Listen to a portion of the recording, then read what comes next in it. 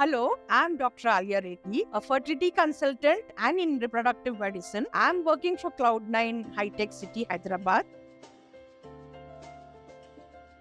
Previously, we were doing fresh cycle, IVF or ART techniques. We were short of certain things. We never had good medias to freeze the embryos which we get in a surplus. Like if you have got 5 embryos, there was no proper media to freeze them. So we would either transfer it back into the uterus or transfer the best embryos into the uterus and discard the rest. But with the advancement in the IVF, with so much of new things coming up in the IVF, now we have a vitrification media which we can proudly say we can freeze this extra embryos which are formed during the IVF cycle. So now, previously we were doing fresh embryo transfers where the embryo, after retriving, after fertilization, after it has grown up to blastomere stage, we transfer it back into the uterus. But over the years, we have found that this was not matching with the window of implantation. Like the window of implantation was going ahead or the embryoblast is going ahead. These two were not matching. So there was a lot of unsuccessful IVFs, failures in the IVFs, and people were getting disappointed and depressed with the cycle. And sometimes what happens is when you stimulate a cycle, the hormones are moved, the E2s are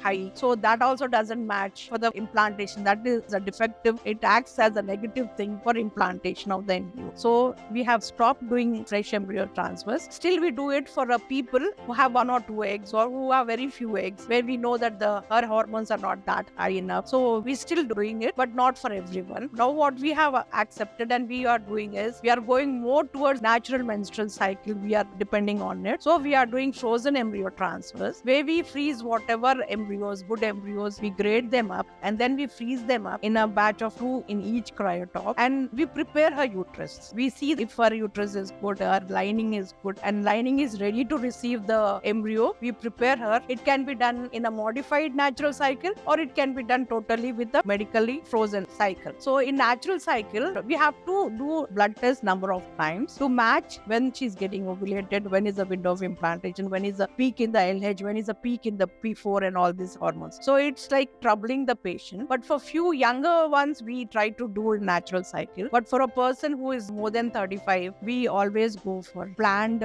frozen embryo cycle where we prepare our uterus by giving her some hormones and building up her endometrium and building up the blood supply and everything. And when everything is ready and her progesterones are low, we transfer it in the window period, which commonly ranges by average from 18th to 21st or 22nd day of the cycle. Because when we calculate the ovulation, it usually happens from 13th or 14th day. And then it takes another 5 days for the blast to form. So going through the natural cycle, the calculations, we find the window period to be somewhere around 18th to 21st day. So we transfer in that period when all the factors are good and not compromised, resulting in a positive pregnancy.